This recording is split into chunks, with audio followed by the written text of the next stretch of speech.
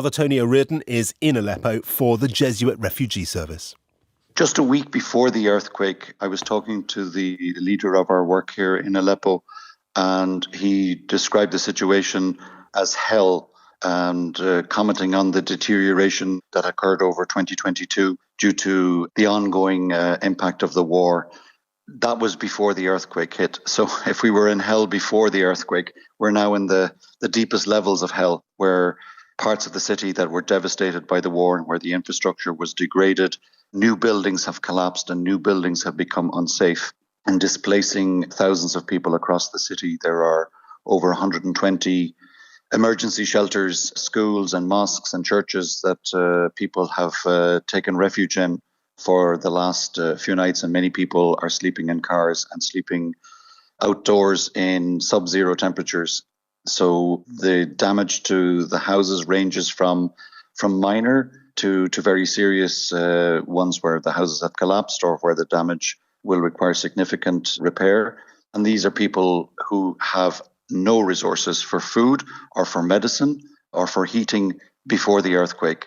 So the prospect of them on their own resources of finding ways of repairing their houses is just impossible. So they will need this support, and they also need just support for the basics of living that they also needed before the earthquake, and the need is now just compounded. When people are cast out of their homes, as they have been, they need the infrastructure of emergency support, but everything you say suggests that that's simply not there in a city like Aleppo.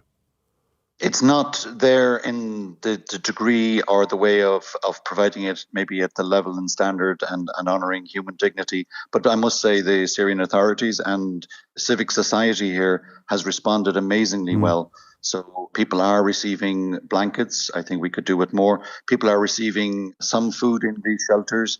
Hygiene and access to showers and things like this are patchy, to say the least.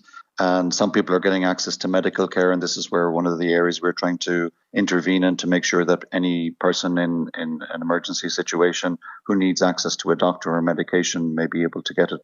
So that there is a reasonable level of response, but it needs to be ramped up, particularly in light of we're in the coldest period of winter with all the associated risks. Aleppo has also been the epicenter of a cholera outbreak since September. And with the degradation of the water system because of the earthquake, there's a risk of a spike in cholera cases. So there is some response, but there is a huge response needed from outside of Syria. Most of the aid that's arriving right now to Aleppo is arriving from Syria. What we need is the support of civil organizations and governments of the West to pump aid in here very, very quickly. I know that you and members of your order have been out on the streets. For many people now, going into a fifth, sixth night outside, it must be the most terrible of conditions. And there must be concerns about how long people can stay outside without the support that they need. Absolutely, because of the sub-zero temperatures, I think there's a risk.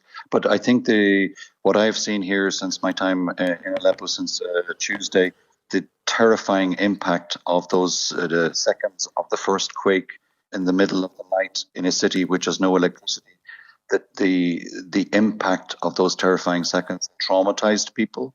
And this is one of the barriers for a significant number of the population, preventing them from returning to their home. Part of the solution here is a psychosocial and spiritual response that helps people overcome the immediate trauma and the fear. Father Tony O'Riordan in Aleppo. Coming up,